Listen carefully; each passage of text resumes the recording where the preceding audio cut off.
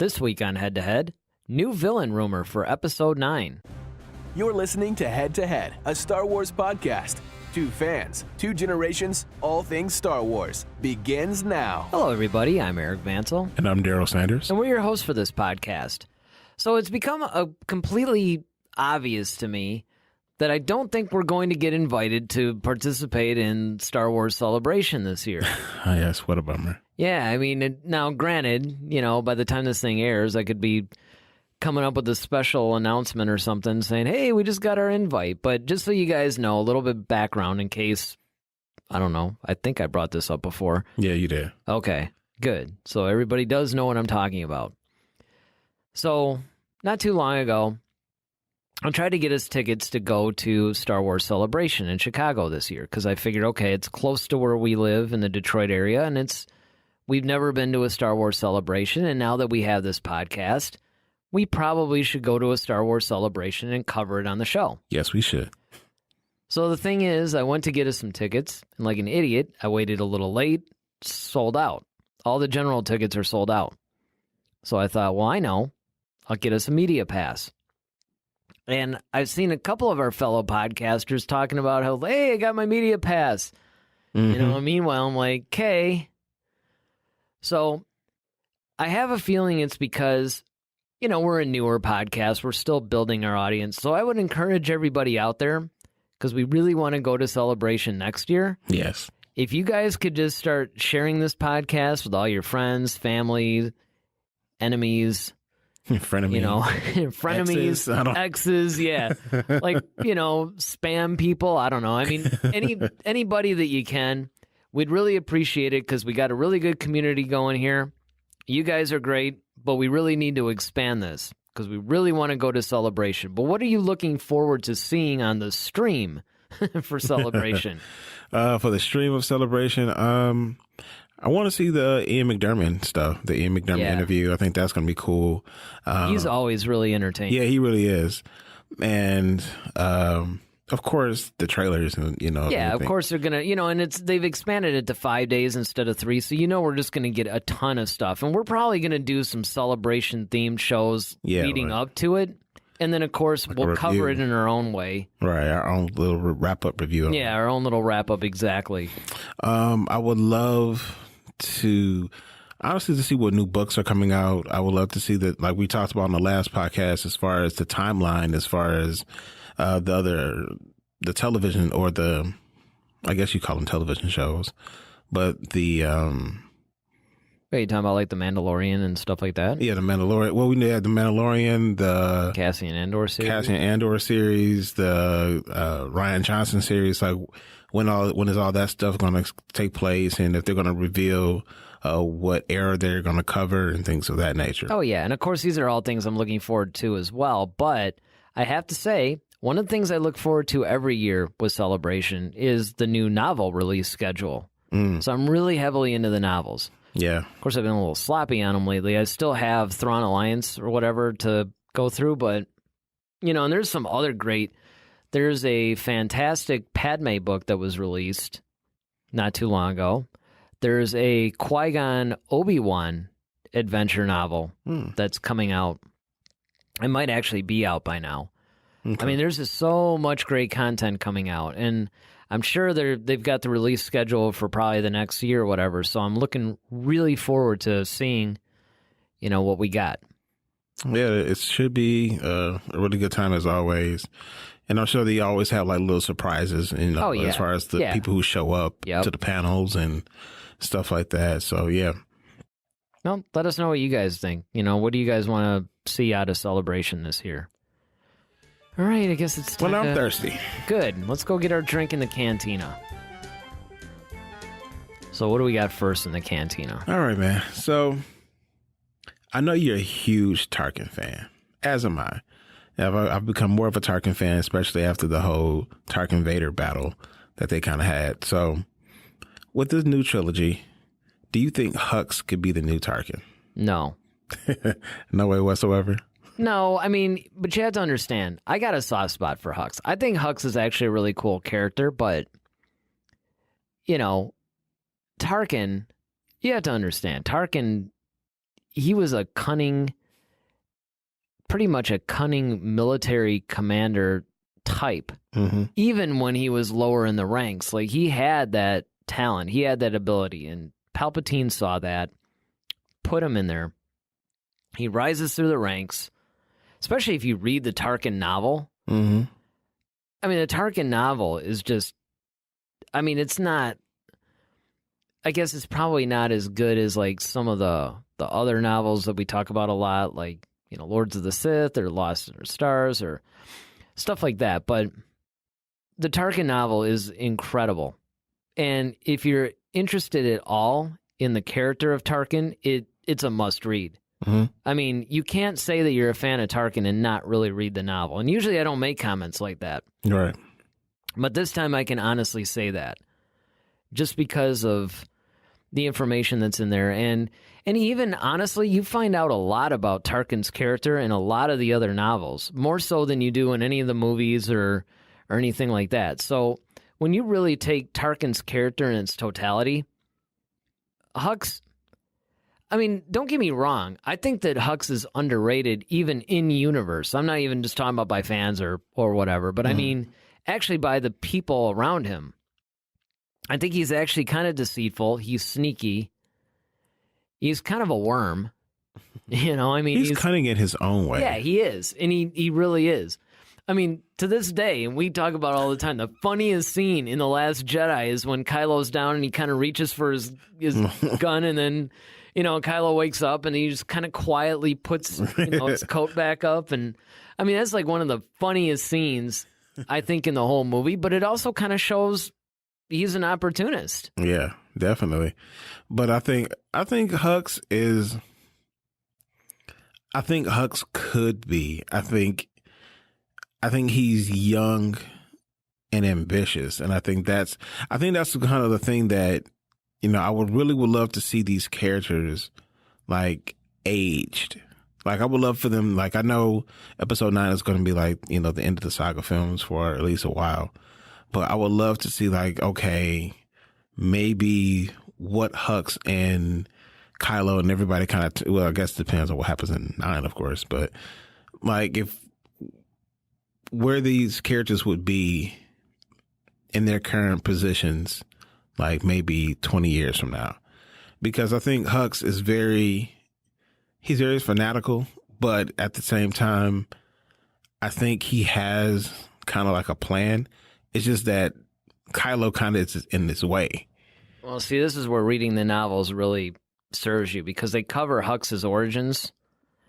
And, of course, his father plays a really big role in, you know, the building of the First Order, basically the last remnants of the Empire, that sort of thing, along with Ray Sloan. And you can see just by Hux and the type of person he is and everything that what he's like in Force Awakens, The Last Jedi, that's kind of his thing. There's not really any growth there. Granted, the writers can do whatever they want from here on out, but he's just not Tarkin. Could Hux actually be more than what he is now? Yeah, maybe. But when you actually get all the backstory from his character and what's in his mind and all that stuff, you can see. I mean, there's just no way that he could ever be on the same level as somebody like Tarkin. Yeah, I mean, I do. Ozzel, you know, maybe. Oh, and he can't even be Piet. Or Piet. You know what I'm saying? I mean, maybe Piet. But, I mean,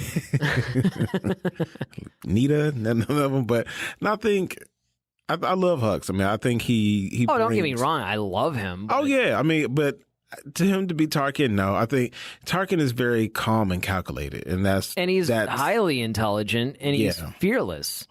And that's the thing about Hux, is that the only thing about Hux and Tarkin is they do share this kind of the same arrogance in a way. Yeah, but at least Tarkin's arrogance comes from a place of more experience and knowledge, right. And his arrogance is more so like, look, there's nothing out. These kids who are rebels can't outwit me. But Hux, he's just more so like, okay, I have all this power.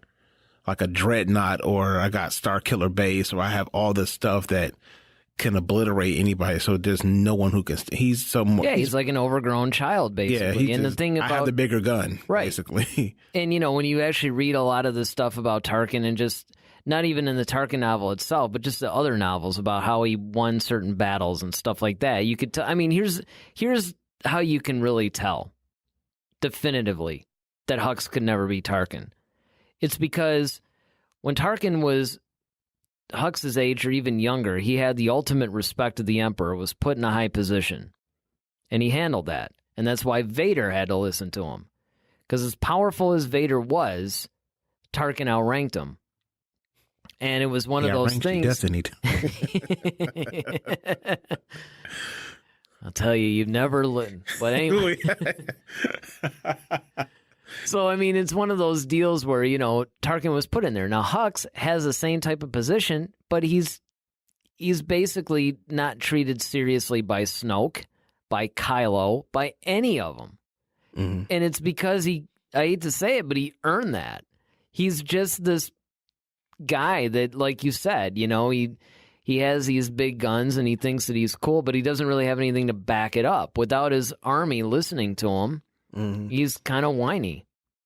But much like how Kylo is sort of the over-emotional, melodramatic Sith Lord kind of character. That's how Hux, yeah. Yeah, Hux is kind of like a different kind of Imperial officer. Mm-hmm. That's the whole reason why, even though the joke really wasn't all that great with Poe, like, is he there? Are you there? But when you look at the way that scene was played out and the way Hux was just so irritated. He was so irritated because he wasn't being respected, but he didn't get that at first, and that right there just sums up his character. That whole scene tells you everything you need to know about that character. That guy is never going to be a Tarkin. Gotcha. All right, so I was also reading that we were also talking about the trailer. Yeah. Right. We didn't get it. We didn't get it for the Super Bowl. We didn't get it at the end of December. We didn't get it last week in spite of Anthony Daniels tweeting out like every 5 minutes some crazy cryptic thing that we were supposed to get. Right. But speaking of cryptic, it's more like encryption. The actual trailer is actually in the UK. And it's actually been sent to some theaters. Well, we think so. So, I've heard it's actually there. It's just that the thing is, the reel that they got says like TT, which could mean teaser trailer. SW9. Yeah, SW9. I mean, it's one of those things like, what else could it possibly be? Yeah, and the thing, it's got this whole key that you can't unlock it until they mail it. I mean, what has that much secrecy to it at this point in the game? Like, it has to be. And especially in the UK, since that's where but the problem they shot a lot of that stuff, too. Sure, they got the trailer. I mean, everybody knows that we've had the trailer, but there's no timeline. Because a lot of times, the article is saying, too, that a lot of times the theaters will get that, and it's like a 4-month window before, just because they have it doesn't mean, oh, we're going to get it, tomorrow. True. It could be after Celebration. Right. And then they could start putting it in the theater. Yeah, they just have, but I'm just saying, like, at least we know it's done. We can say probably it's done. Well, I mean, I don't know. We kind of always knew it was done. It wasn't a question of it being finished. It's more of a question of when's it going to be released. And that's the thing that well, I'll tell you what it does show us is that it's definitely a teaser trailer. Because remember, there was that speculation going around that we didn't know. Are we going to get a full trailer? Those are going to be the teaser, right? It's going to be a teaser. So, we know that much. And I give those guys a lot of respect because I would have been trying to crack that code. Man, what? Matter of fact, if you know anybody over there. Yeah, I was going to say, I'll get it open. Right. Like, we'll figure it out. Oh, man. But No, I got to take time off work. Well, like I'm at home in bed, recuperating. I'll figure it out.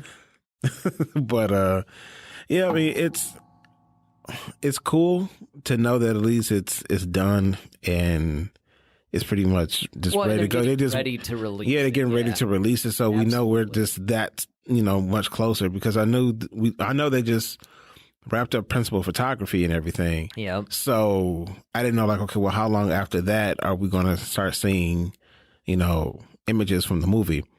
So to know that it's actually, at least in the UK, and it's pretty much ready to go. It's just now we're just waiting for the green light to see it. It makes things a lot more.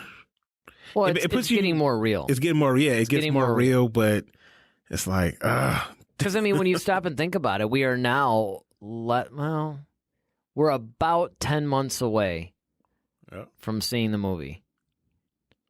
So we're at less than a year. It's coming up. It's still kind of a long way because you think about it. It's only February and we got to wait till December. So, but what's exciting is that more and more content's coming out. Yeah. And I'm sure that Celebration's when we're just going to get this whole big explosion of stuff. So it'll be interesting. Well, speaking of 9, what would you want the title to be? There's a couple of titles that are floating around.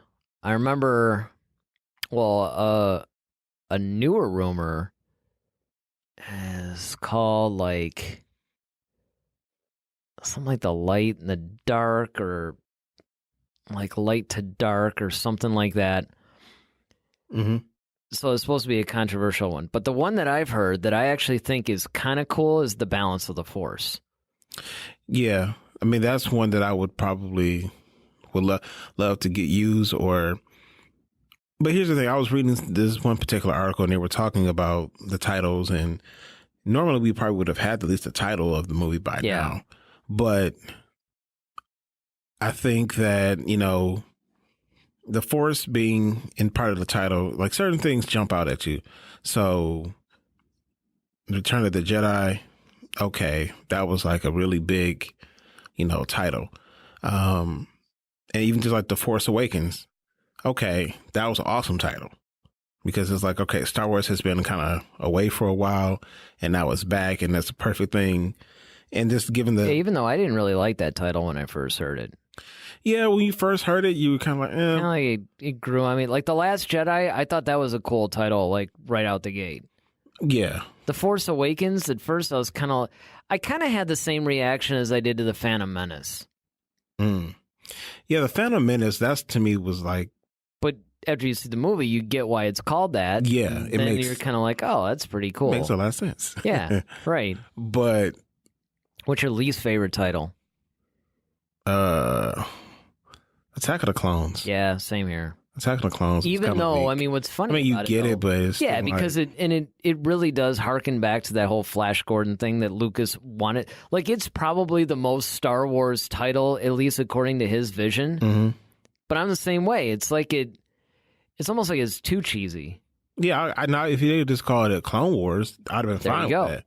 There you go. Because then that would have still made a perfect reference to Luke when he asked openly, oh, you fought in the Clone Wars, So, but I think that would have made more sense. Yeah, I guess other than Empire Strikes Back, A New Hope. Well, I guess there's a lot. I'm going through, but a lot of Star Wars titles tend to be something of or Return of the Jedi, Revenge of the Sith, Attack of the Clone. You know what I mean? It kind of follows has that gravitas. Beat. Yeah, there is that. Well, one of the things somebody brought up, and now this has never been used, and I thought this would be cool, especially since it's the end, is actually having the subtitle with something with Skywalker in it. Like, what was it, like the Skywalker era or something like that, or something just basically talking about, the whole, this is the conclusion of the Skywalker saga. Because they made a comparison about how certain words, like, okay, the Force is already being used in The Force Awakens, so you don't want to use that again. You don't want to use, Jedi has already been used, The Last Jedi. So, okay, for the last one, you have to come up with something with words that haven't been used already. I don't know. Granted, they could just call it Episode 9 better than the last or something. if you look A at J.J. Abrams movie. right, what they should do is what I think that they've done, whether consciously or subconsciously, is that they should look at the trilogy. Don't worry about what all the other movies have been called. Mm. Just look at the trilogy, right? Because if you look at each of the trilogies, they all kind of tell the story: A New Hope, Empire Strikes Back, Return of the Jedi. Mm-hmm. Perfect titles for each of those parts of the story. Same thing: Phantom Menace, Attack of the Clones, Revenge of the Sith. Right? So in this trilogy, the sequel trilogy, you have Force Awakens, The Last Jedi. So whatever the story is, and that's why, you know, with these title things, it's kind of like, because a lot of people have said the same thing to me, like, oh, what do you want it to be called? And I'm like, well, I don't know what the story is. How can I come up with a story when I don't know? Now, granted, you can say, well, you know what kind of has to happen. Yeah. So that's why I like Balance of the Force. Yeah. If I had to give it a title, I would call it Fate of Destiny. Well, there was something, I don't know if that was it. There was a third title that was going around. There's two other ones. One had the word Destiny in it. The other one alluded to something about Kylo. Like, it didn't have his name, but it was kind of like it referenced him. Which, actually, I thought that was kind of cool. I remember the Jedi Council guys actually did this on a show about a month ago or something. Call it It Rends Here. Oh. Right. There you go. Make it a bad pun. I still think that they're missing a lot of opportunities with comedy that they could put into this stuff, but they choose, like different humor. Because, I mean, they can, and don't get me wrong, I don't think they should put any humor in the title at all. But, and that just reminded me that, they could do some stuff. But there's so many really good, they could call it something like, I don't know. Well, it might be a little too, like Destiny's End or, things like that where they can, because I'll tell you this, it's going to depend on a couple of things. Number one, what is this story about? And then secondly, where are they going to go from here? Right. Are they going to launch another trilogy? Is this going to really cap off the saga?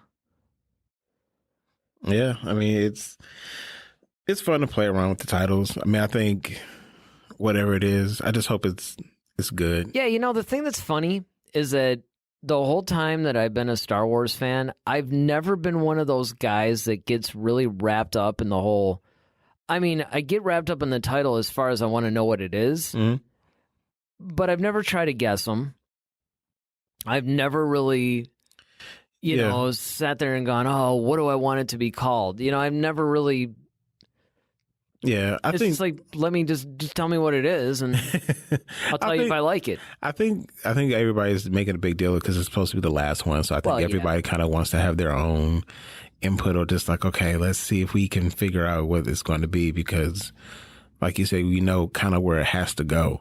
So I think somewhere I'm going to bet on the fact that it has either fate or destiny in there somewhere. But yeah, I mean, I think it's the titles always give you like, okay, because when we first heard The Force Awakens, we were like, man, like, what does that mean? Like, I mean, yeah, that was actually a title that really evoked a lot of imagination. Yeah, it did. It was just because the Last like Jedi, the Force Awakens, because you're actually referring to the Force as the entity that it is, but it's like, oh, what's that going to be about? Exactly. Like, like, are you calling Luke the Force, or are you kind of called something? Something like what it is. Titles definitely help. Like, I mean, one of my favorite series for titles. There's a couple ones in there that are okay, but it's the Narnia series. Oh, yeah. Like, I mean, one of the things that I always thought was cool, especially the original, I was going to say album cover, but the original book cover is The Last Battle. It actually, like, it's like these titles that evoke the imagery of what the movie is about. And I think that that's one of the things that Star Wars does correctly. Yeah, I mean, it's just like when you have like the Harry Potter series, you have Lord of the Rings. Well, and that's the thing that's funny about, the Harry Potter series in particular is that, they're kind of almost like some of that Star Wars, attack. It's really almost like, what they remind me of is the Hardy Boys mysteries.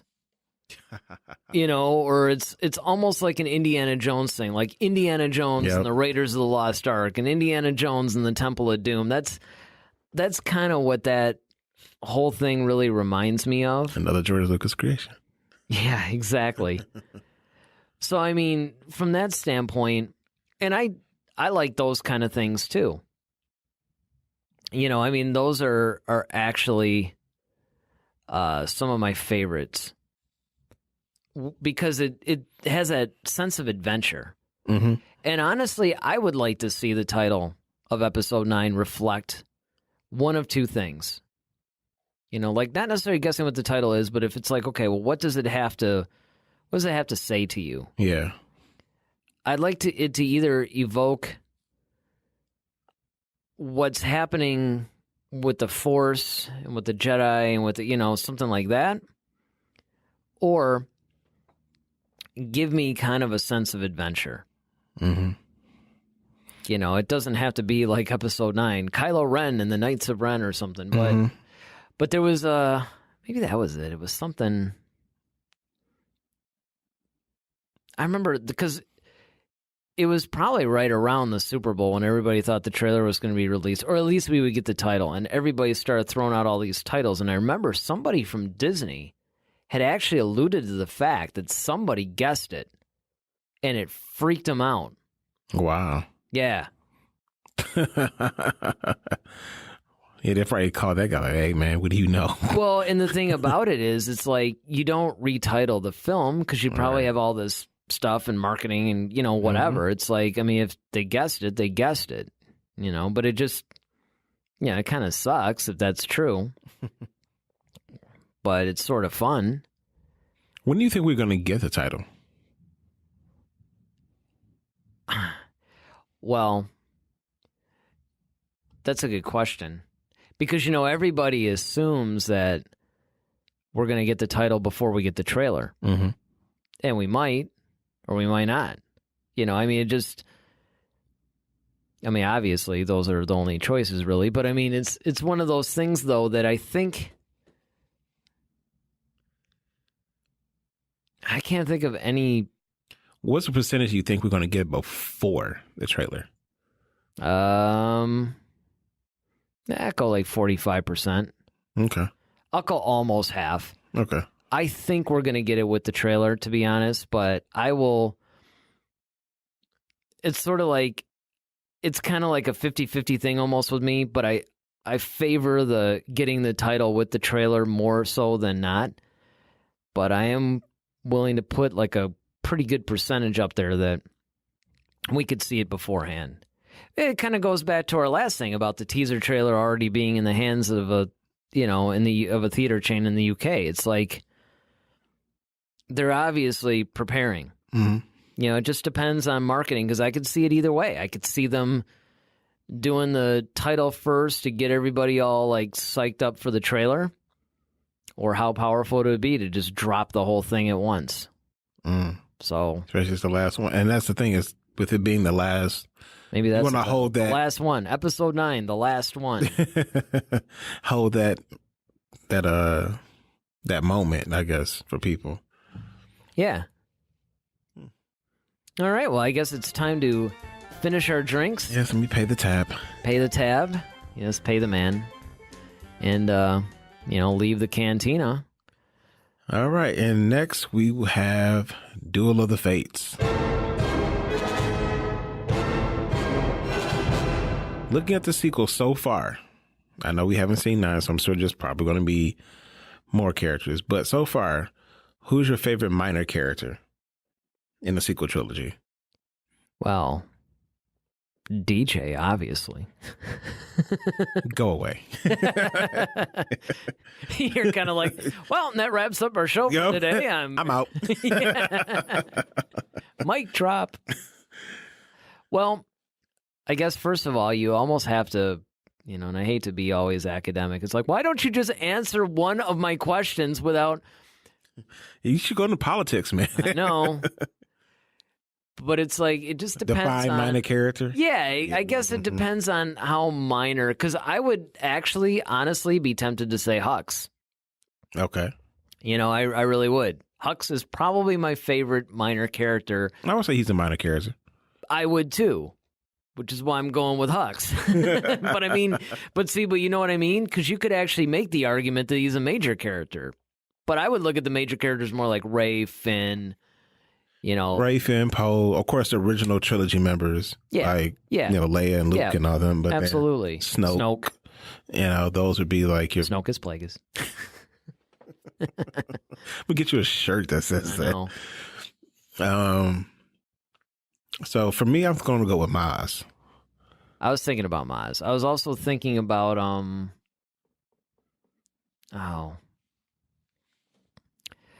some people even say BB-8 is their favorite. I was actually thinking of BB-8. There's Phasma.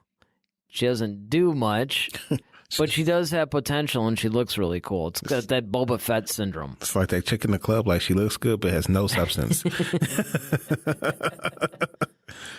you could...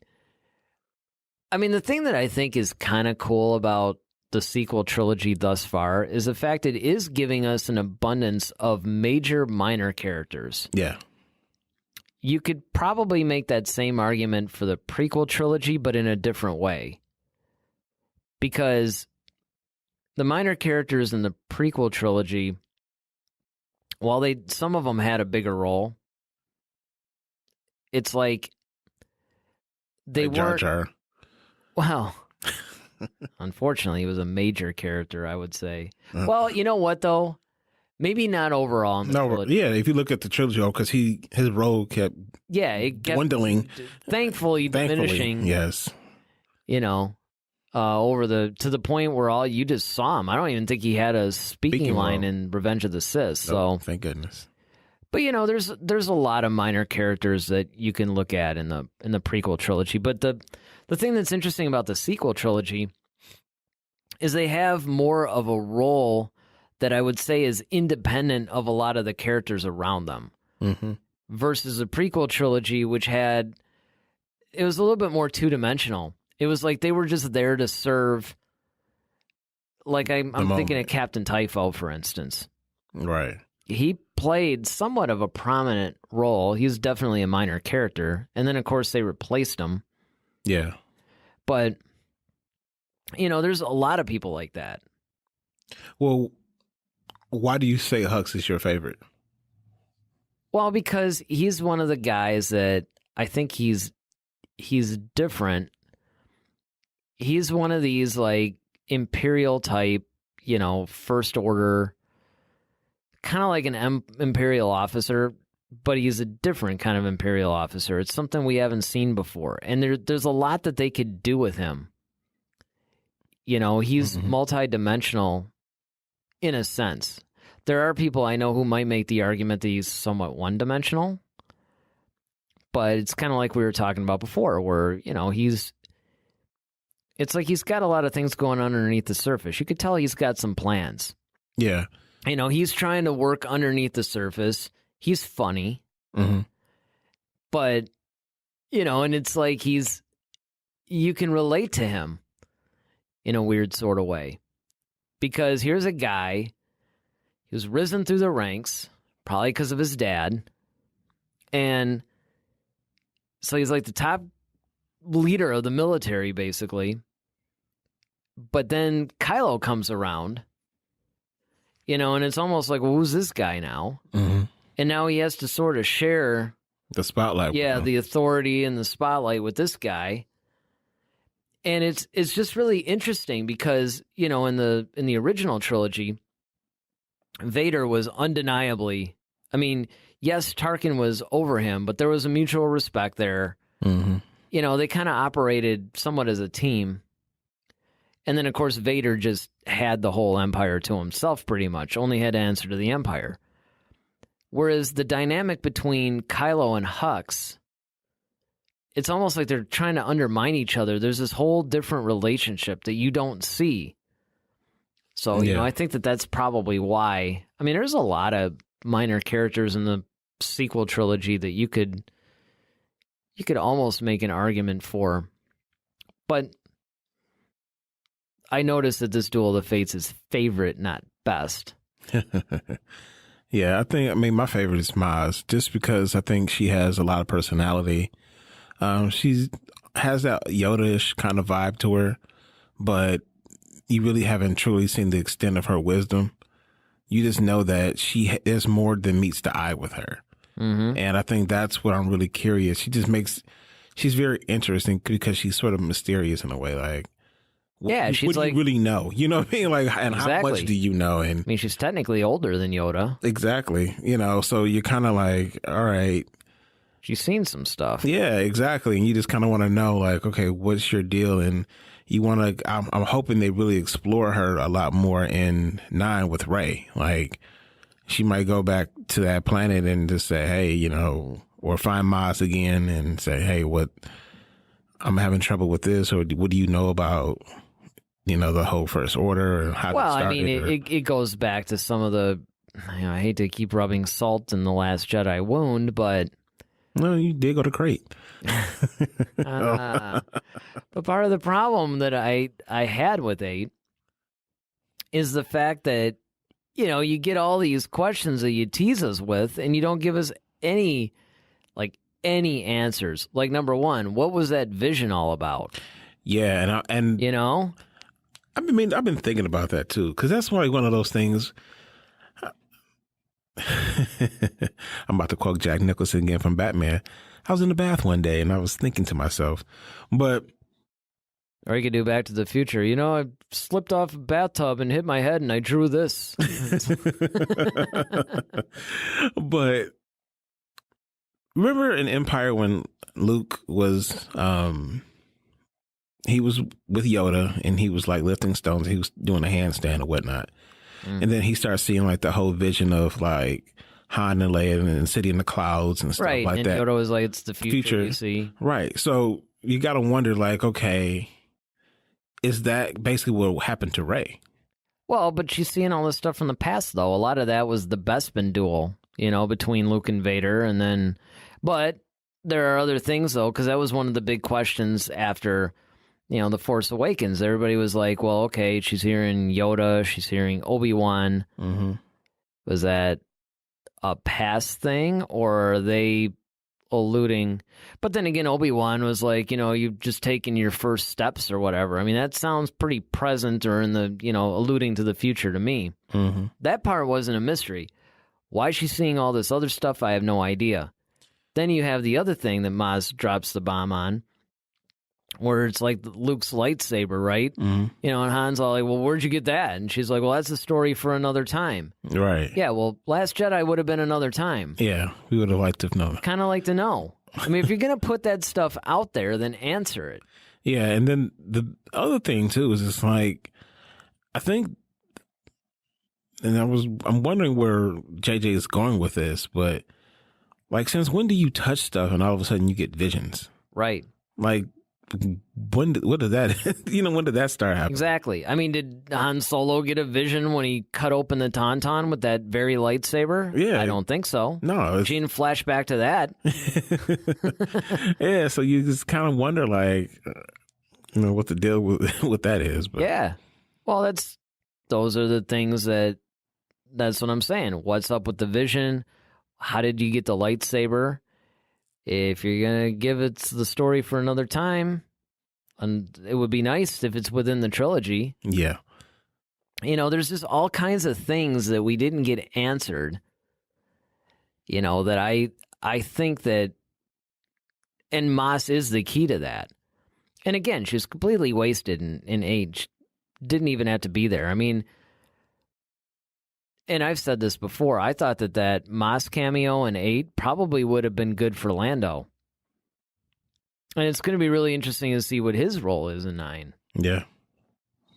Yeah, it definitely will. I mean, because I've been hearing rumors that he's actually going to wear that same yellow shirt and cape that Donald Glover wore. Yeah. So they're going to like do a little bit of a nod, to that Lando. So, that's cool. But I mean, that's what I could have easily picked Maz for the same reasons you did. Mm-hmm. And it just shows that one of the things that the sequel trilogy is getting right is it's giving us some good minor characters. I mean, who would be your least favorite minor character? Well, like I don't know that already. Phasma. Really? Even more so than DJ? DJ's Phasma. Yes, I would say yes, because Phasma was a build-up. Like, we saw the merchandise, we saw this cool outfit. I mean, like, it looked like this was like the baddest stormtrooper on the planet. Like, this thing probably had like Jango Fett beat or something like that. And then we got nothing. I mean, it was like the biggest like letdown, so I think.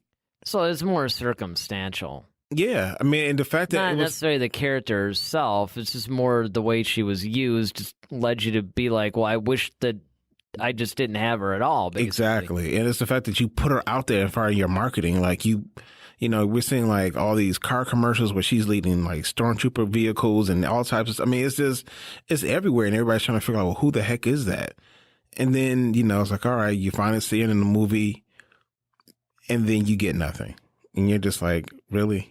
It's once again a wasted space almost. Like, you could have filled that role or character and given it to somebody else or done something else with another character, that was already existing and expanded that. Like, why do we even need her? Yeah, I mean, I'd have to say that my vote for my least favorite probably goes to Rose. Just because it's completely unnecessary.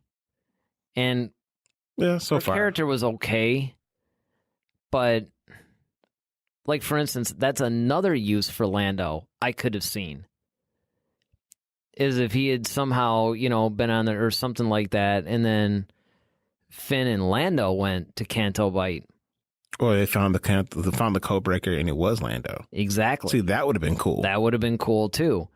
It's like, it's just, the whole Rose character to me just didn't. Well, I mean, after he got friends on, you kind of got to do something with the poor guy. But I mean, I guess it makes. I mean, I don't necessarily hate the character really. I just didn't. I mean, she'd be my least favorite because, I mean, look, there's a lot of characters that are like really minor that people forget about, like the Conja Club and all those little gangsters that confronted Solo on the ship. Those guys, I thought, hey, I wouldn't mind knowing more about that whole. Or Holdo. I mean, she was kind of minor. She is minor. Unkar Plot's minor. Yeah. But he was kind of cool too. There's a lot of really interesting minor characters that, they could actually, if they wanted to, expand. Mm-hmm. But what about you guys? Who's your favorite minor character in the sequel trilogy? And we'll even add this. This isn't even in our notes really, but who's your least favorite minor character? Hit us up at head-to-head-SW on our Facebook or Twitter, or leave a comment in the comments section on our YouTube channel. Love to hear from you. All right, what do we got next? All right, next we have From a Certain Point of View. So this is our feature topic. Yes. And this week... Been just itching to talk about this one. It's a good one. All right. So, new villain for episode 9, rumor. What say you? Well, I think that it's a really strong... I mean, I think it's a given that there's going to be a new villain in episode 9. Okay. But the rumor that I heard is that the villain that they're describing is coming from the unknown regions, and it's how like sometimes Disney will pull stuff from the Legends novels, but it won't be exactly the same. Mm-hmm. Like they'll pull the concept, but maybe not the characters themselves. Exactly. That's kind of what the rumor is that they're going to actually bring a threat that's somewhat like the Yuuzhan Vong. The way they described them, the whole organic, type of ships and, armor and stuff like that. It's like they really described the Yuuzhan Vong, but without using that name. Mm-hmm. And if that's true, I would be very, very excited about that. Do you think if that's the case, it would be... You think that it's too soon for somebody like Rey and Kylo to have to contend with? Well, yeah, because, this is where it depends on Snoke's whole role, whether or not Palpatine is actually coming back, because that's been a pretty persistent rumor too. Mm-hmm. And of course, Ian McDiarmid, a lot of people are reading into the fact that he's at Celebration. Yeah. I don't necessarily read anything into that, because it's like, guys, he was the Emperor. I mean, why wouldn't he be at Celebration? Mm-hmm. Even have a feature panel, because, he was in like 6 out of the, so far 8 movies. Could be a 9. But I mean, I am convinced though at the same time that he does have a role in 9. I don't know how significant it is. It could be just like a hologram or something that Kylo stumbles onto in a holocron. Mm-hmm. Or it could be that Palpatine, which would make sense, learned Plagueis' whole, cheating death trick and has actually been, running things the whole time. Like there was like some sort of an article or something where somebody had speculated, like, wouldn't it be cool if, Palpatine, like, is going up to Kylo saying, "Well done, my young apprentice, you followed the plan," that kind of thing. And I admit, that would give me chills. And then what happens is very much like in the Yuuzhan Vong, that whole series. Basically, what had happened was the remnants of the Empire, the New Republic had basically signed a truce with the Empire. So the Empire existed, but they were kind of like in the Outer Rim. And there was like a kind of a loose peace between the Empire and the New Republic. So the Empire existed, they just didn't bother each other. Mm-hmm. Yeah, occasionally they'd have little skirmishes here and there, but what ended up happening was when this threat was coming, at first the Empire was doing nothing to help the New Republic, because their whole thing is like, it's not our problem. And they even said, Palpatine were still around, this wouldn't be happening or whatever. But then what ended up happening was, it was kind of almost, in a lot of ways, the Yuuzhan Vong were similar to the Borg in Star Trek. Mm-hmm. At least in the way that they just go and just devastate and absorb every... And so it's eventually going to affect the Empire. Yeah, and it eventually did. So what ended up happening was the Empire banded together with the New Republic, kind of like, okay, well, don't take this the wrong way, but we have a common enemy, so we're going to be friends for a while. Mm-hmm. And then, of course, Paleon, who was Thrawn's right-hand man in the Legends novels, was kind of like in charge of the Empire during this time period. And he was always kind of cool. He was always like one of those characters that you actually liked. So it was really cool to see the dynamic where you could tell the Empire had different beliefs than the New Republic did about how to run things, but they did have kind of a respect for each other in a way. So they had this common enemy. And that's what people are thinking could happen, where Kylo and Rey have to team up and maybe even employ, Palpatine and, this army of Force Ghosts or something to actually come up with this new threat. That's at least one of the rumors that I've heard.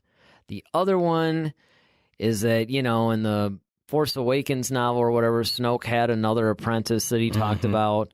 There's another strong rumor going that the Knights of Ren could actually have turned on Kylo, and now Kylo needs Rey's help to go up against them.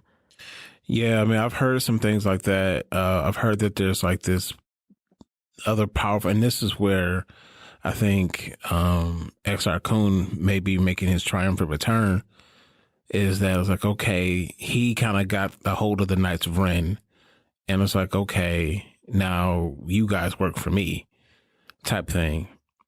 And I think that would be a cool. Yeah, I mean, I guess I could borrow it because, like I said in last week's episode, Exar Kun, did inhabit like a spiritual thing, and he needed like a body to come back or something weird like that. And he found something like in an outer rim that served his purposes. Yeah, he could have. I mean, my money would be more on somebody like Bane or Plagueis would probably be the one to, if they were going to go that route. Or it could just be another threat from the unknown regions. Yeah, it could just be some new character that we've never heard or seen before that's like super powerful. And it just makes Snoke look like nothing. So, I mean, they almost have to do something like that. Well, yeah, I mean, because like, if you notice, like they kind of hit certain beats. Like, all right, they had a Death Star. Okay, that's blown up twice. Then, of course, they try to do like Star Killer Base, which is like another version of a Death Star. All right, blew that up. Then they kind of had like this whole Dreadnought thing, which is like a super, super armored like Star Destroyer that's like ridiculously powerful. Okay, well, they destroyed that. So it's just like now you got rid of Snoke, allegedly. So it's like, all right, well, allegedly. Right. So now it's almost like they keep having to hit the same beats over and over again, but just upping the ante again. So it's just like, okay, well, this person must be way more powerful than Palpatine or something crazy like that in order for it to have that gravitas that we've never seen something like this before. And it makes it really hard for our heroes to survive it. The only thing, and this will make it cool, is the fact that if Raylo, they're a couple now. They're a couple now, right? If Rey and Kylo team up, it would be the first time that you would see like, and it would make sense that if you had someone who's that powerful, that you would need almost like light and dark together to kind of combat that. And then too, somebody who's this equally as powerful, because with Kylo coming from the Skywalker blood and then Rey being like this prodigy of the Force almost, then okay, I could see how together they could do it, because otherwise alone, it's like neither one of them will be strong enough already, because it's only taking place a year after The Last Jedi. Well, not to mention the fact that would also be a really good tie-in if the title is really called Balance of the Force. Yeah. It's kind of like light and dark are working together. Balancing it out, yeah. Yeah, balancing it out to combat this other, thing. So, I mean, it's kind of one of those things where I'm really wondering, and that's where the Yuuzhan Vong thing really comes into play, because one of the things I thought was really cool about that was toward the beginning, like the first couple of novels, when this threat was coming up, the New Republic was just like, well, we'll just do what we always do. Luke will come in, use the Force, vanquish them, everything's cool. But they're completely impervious to the Force because they're outside of it. So the Force has no effect on them. So the Jedi really are nothing more than glorified swordsmen, because, and even then, only the very side of their armor had like something where lightsabers can get through, because lightsabers had no effect on them. I mean, and it freaked out the galaxy, because now it's like not even the Jedi could wipe these guys out. So yeah, like what do you do? What do you do? And the Force has no effect on them. And it's like how that actually affected the Jedi Order. I mean, it was the series probably went on. It was a little too long. There was a little bit too much filler in it. I mean, there was like 22 novels that basically told the story of this thing. But I mean, it really did bring up a lot of cool concepts that I think that if they took from that and put it into this new canon, I think they could really come up with some really cool things that nobody's seen before, and actually can inject a lot of new life into Star Wars. Because that's basically what those novels did. Yep. They got into a lot of like really weird things, and they got into all these side stories that really kind of distracted you from the main thing. But if you just take the basic storyline of that, it was really, really cool and really exciting. Yeah. I mean, I think we need a really good bad guy. I think that's something that we need terribly. Kylo, don't get me wrong, Kylo was cool, and I guess but I just don't really see him becoming like the big bad guy all of a sudden. And it's got to be Matt, the radar technician. That's there you go. That's my favorite minor character. Right. No, you're right. I get it. It's one of those things that Kylo's a really interesting villain, but he might not be enough to carry the weight of a Vader or a Palpatine. Snoke was cool. Again, if they had handled Snoke differently in 8, given us more, taken his character further, set us up to get a really nice payoff, I think that would have, in fact, I would have even been okay with them having him be the hologram again, guiding Kylo and stuff like that, and then you reveal Snoke and then his origin and who he is or whatever in 9. So it's true. If Snoke is truly gone, they got to have somebody. Yeah. And it has to make sense, and they have to be really, really powerful. And that's honestly why as weird as this is going to sound, I can't even believe I'm saying it, but Palpatine makes the most sense. Because it would tie the entire saga together. Palpatine had a contingency plan.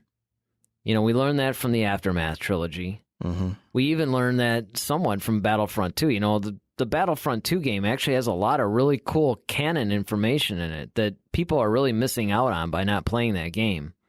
But the thing that's interesting is that it would tie the series together. It would give people the weighted bad guy that they need.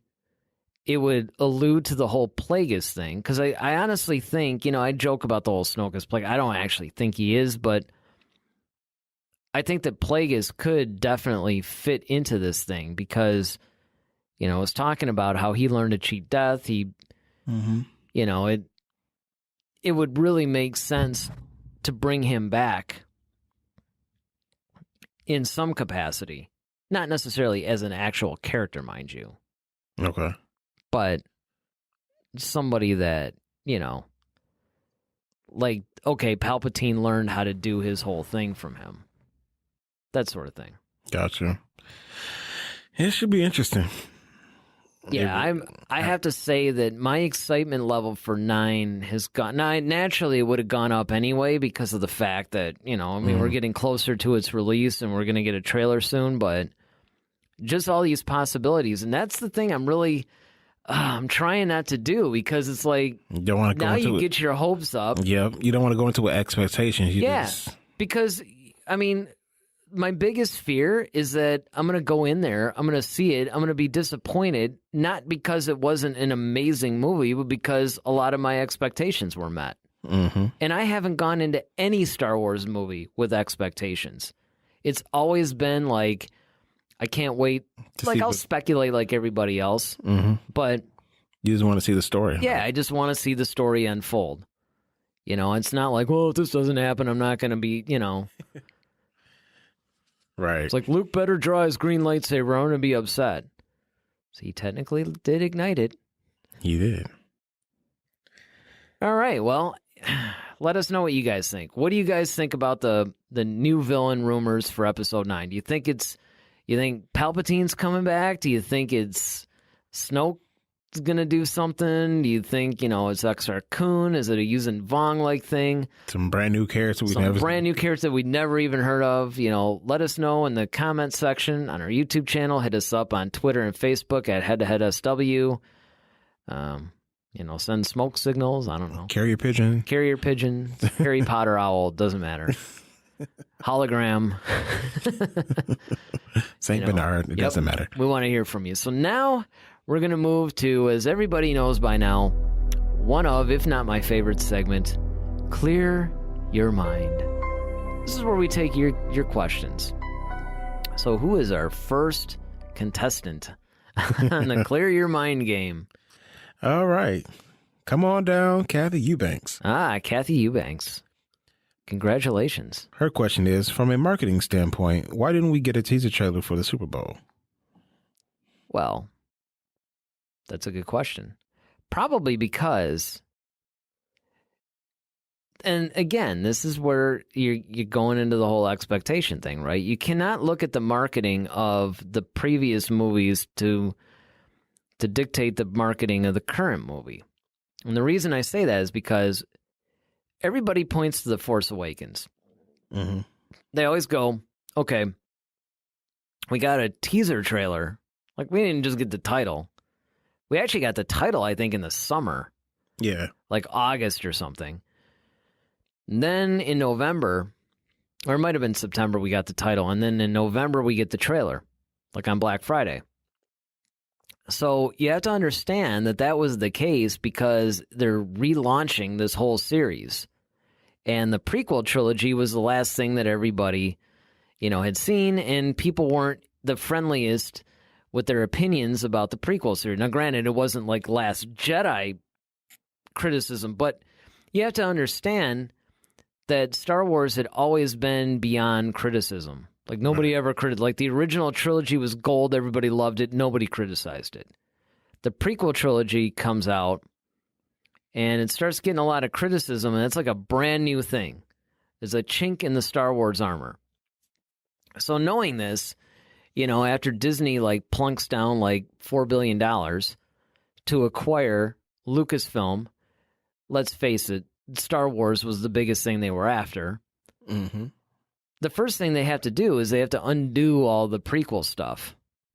Even though they do make some really nice and hilarious references to the prequels in the movies, they have to try to swing, the public opinion the other way. So the way they market The Force Awakens when they're relaunching this brand, this somewhat damaged brand, they have to do it a different way. Last Jedi, same thing. Now you have the final movie in the series.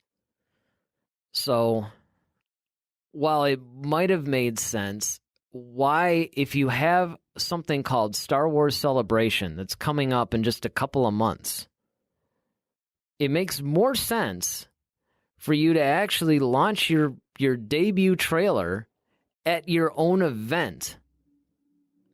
Because that's where the buzz can hit. That's why I was saying before that, you can actually have the title at the same time as the trailer. Remember when I said it was like 55%? Mm-hmm. It's because they can hit everybody with a 1-2 punch. And then they're coming out with all this other news. They could do this whole focus on it. Whereas with the Super Bowl, you have all these other trailers that are coming out. Star Wars wants it to be its own thing. So I think, honestly, that's, from a marketing standpoint, that's probably why we didn't get a teaser trailer for Super Bowl. Plus, it's a little early. Yeah. I mean, and like I said, I agree with everything you said. And plus, they just wrapped the principal photography, too. So they were still kind of working on stuff. I mean, granted, they could have cut a trailer with just only certain parts of the movie. I mean, we all know that they've done that, but I think that they just really are trying to hit it home this time. And I think they want to take every precaution, every step to ensure that they have a quality film. Well, not to mention the fact you also have look at the timeline. If they launch the teaser trailer in April, then around July, August, they can hit it with the first real trailer. Mm-hmm. Then maybe around October, you get the second, longer trailer. Mm-hmm.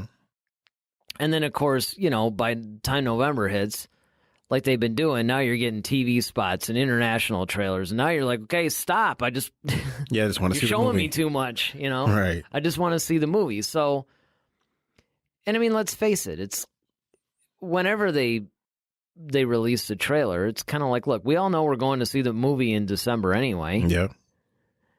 I mean, but it will be nice. We'll probably try to do, whenever the trailer drops, we'll see if we could do a special, 15, 20-minute podcast of a trailer review or something. Yeah, definitely. Same thing with we'll probably try to do, we haven't talked about any of this yet, by the way, but we'll try to do maybe a Star Wars Celebration wrap-up show Or maybe we might even watch a couple of segments and comment on it while we're watching, that kind of a thing. We'll see. But that's probably why. What do we got? All right, next comes from Keith Jamerson. Keith asked the question, Episode 9 takes place a year after The Last Jedi. Do you think Rey will be strong enough to handle Kylo, who has had years of practice, or even a new villain who might be stronger? Well, we talked about that in our certain point of view featured topic thing, but to answer that question directly, it just really depends. Because on one hand, while Kylo has had a lot more training, and he trained under Luke, and he's kind of like related in a weird sort of way to the Force. Mm-hmm. He's like the great-grandson of the Force. Yep. Then, you got to think that he's going to have an edge. And no doubt. But it also depends on, because Kylo also has a lot of distractions. He has a lot of problems. He's not thinking clearly. Whereas Rey, one of the things that we learn from the Force is when you just tap into it and the purity of it, it can drive you. Not to mention, in The Force Awakens, if you remember, basically, he started to try to use that mind-probing, aggressive thing to pull the thoughts out, and she totally, reversed that on him. Right. And I think you pointed out earlier that she seems to be kind of like a prodigy. Mm-hmm. Not to mention, I hate to keep bringing this up because I know how controversial it is, but we don't really know if Kylo was telling her the truth about her parents. Mm-hmm. Now, that doesn't necessarily mean that, you have to be the granddaughter of Obi-Wan or Palpatine in order to be strong in the Force. Right. I mean, hey, Palpatine and, we don't know who they were related to. Exactly. She could just be another really super powerful Force user. Like the Broom Kid, Like Broom Kid or I mean, if you look at it, we don't know who Yoda's parents are. We don't know who Mace's parents are. Mm-hmm. We just accept, okay, we meet these guys, they're powerful in the Force, fine. Mm-hmm. Now, granted, I can understand why people would say, yeah, but when we meet these guys, they're already these Jedi Masters. Yeah, we're following Rey. Yeah, right. She's just like some person who just some chick who just found out about the Force 10 minutes ago, and suddenly she could do all this stuff. Right. So a lot of it depends on her prodigious talent. It depends on which way the Force feels like swinging. Mm-hmm. Is it more dark side, light side? And a lot. And then, of course, what we were talking about just a few minutes ago is they're probably going to have to work together to fight this new villain. Yeah, my other thing with Rey, too, is that granted she's, the Force is compensating for her lack of experience, so to speak, because like Snoke said, when dark side, rises, the light does the same. Yep. But the other thing, too, is that, one, you do have, in theory, you have Luke Skywalker and Yoda possibly helping to train her to get her ready. And then the other thing is that you brought up the fact that Kylo is very unfocused, and he's got a lot of things that he's got to deal with. Like he's dealing with, he now is the supreme leader of this, so he's got to step up and lead this whole army, and he has to figure out his own path and what he wants to do. Rey, on the other hand, the most she probably will have to do is she has these Jedi texts that she can constantly peruse. I was just thinking that. And Luke's guidance. And like I said, Luke's guidance. And then on top of that, the most she might have to do is, start a new Jedi Order. Mm-hmm.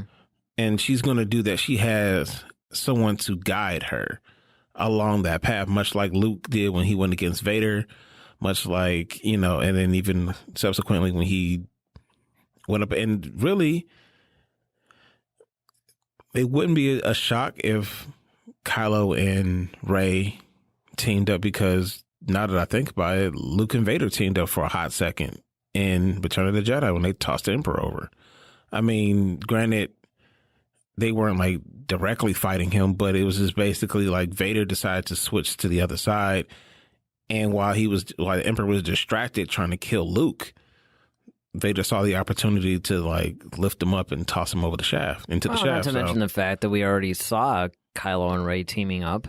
Yeah, we saw them. Yeah, in the Last so it's Jedi. not beyond the realms of possibility. I mean, it just depends on whatever the catalyst is. Because I'm one of those people too that, as cliche as it is, I think Kylo is probably going to be redeemed. Yeah, unfortunately. But again, we don't know. And I think that one of the things that's really fun about Episode 9 is we really don't know where this is going, even though we've had 2 movies. Well, yeah, but not only that, but it's like you don't know. When you say where it's going, it's kind of like a double thing because you don't know where it's going leading into the movie, but then we don't know the exit either because it's like, are they going to leave it as a complete, okay, the story is wrapped up and it's solid, or is it going to be room for, wait, it could be another trilogy just years later. We don't know. Well, it'd almost be like the difference between Revenge of the Sith ending versus Return of the Jedi. Return of the Jedi, it's like, okay, Empire's destroyed, everybody lives happily ever after. Right. Totally wraps it up. Mm-hmm. Revenge of the Sith, I mean, even though, granted, yes, it is leading into the original trilogy, but that's the point. If that trilogy had come out first, you'd be like, wow, Galaxy's kind of a mess. I wonder what's happening now. Mm-hmm. And then, of course, the original trilogy would have been that sequel trilogy. Right. Had it not been. So, yeah, we don't know. We don't know, are they going to tie up the story, or are they going to use this as a platform to launch yet a new one? Mm-hmm. And it just depends. All right, well. Yeah, that wraps up. Yeah, I think that's our show for this week. Like I said, guys, hit us up at Head to Head SW on Facebook or Twitter. Leave us your questions for the Clear Your Mind segment. We'd love to hear from you and, not only answer your questions, but if you guys have a topic idea that you'd like us to talk about, let us know. Let us know in the YouTube comments. And I think that's about it for this show. So it is. Yes, so it is. Thank you, Bale. All right, well, I'm Eric Vansel. I'm Darryl Sanders. May the Force be with you. Always. Head to Head, a Star Wars podcast.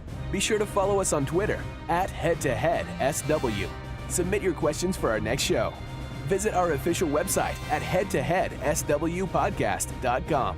Until next time, may the Force be with you, always.